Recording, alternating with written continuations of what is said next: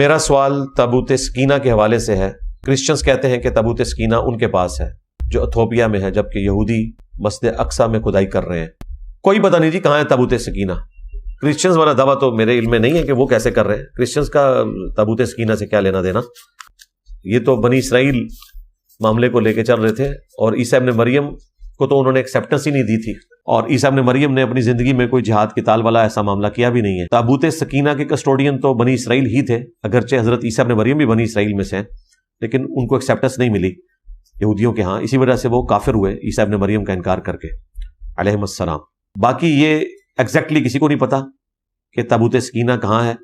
ہاں، یہودیوں کا کہنا ہے کہ وہ ٹیمپل آف سلیمان میں ہی کہیں رکھا ہوگا، جب یہ ٹائٹس نے تباہ کر دیا تھا ہیکل سلمانی تو وہ نیچے کہیں دفن ہو گیا، اور اسی لیے وہ آئے دن سرنگیں کھودتے رہتے ہیں اور اس کی تلاش کر رہے ہیں۔ وہ نکال بھی لیں، اس میں سے کچھ بھی نہیں نکلنا۔ اس میں حضرت موسیٰ علیہ السلام کا عصا تھا، اور ان کے جوتے مبارک، کرتا مبارک، ہارون علیہ السلام کے تبرکات جو قرآن میں آیا کہ موسیٰ اور ہارون کے تبرکات تھے اس کے اندر، اور اس کی برکت سے اللہ تعالیٰ انہیں جنگوں میں فتح دیتا تھا۔ اب چونکہ انہوں نے انبیاء کرام کا ہی انکار کر دیا ہے، کیونکہ ایک پیغمبر کا بھی انکار سارے انبیاء کا انکار ہے، انہوں نے تو دو پیغمبروں کا انکار کیا ہے، عیسیٰ ابن مریم اور محمد رسول اللہ صلی اللہ علیہ وآلہ وسلم۔ وہ عصا کسی کو مل بھی جائے، چاہے وہ ویٹیکن سٹی کا پاپ اپنے ہاتھ میں لے لے، تب بھی وہ ایک لکڑی کا عصا ہی ہے، کچھ بھی نہیں اس میں سے نکلنا۔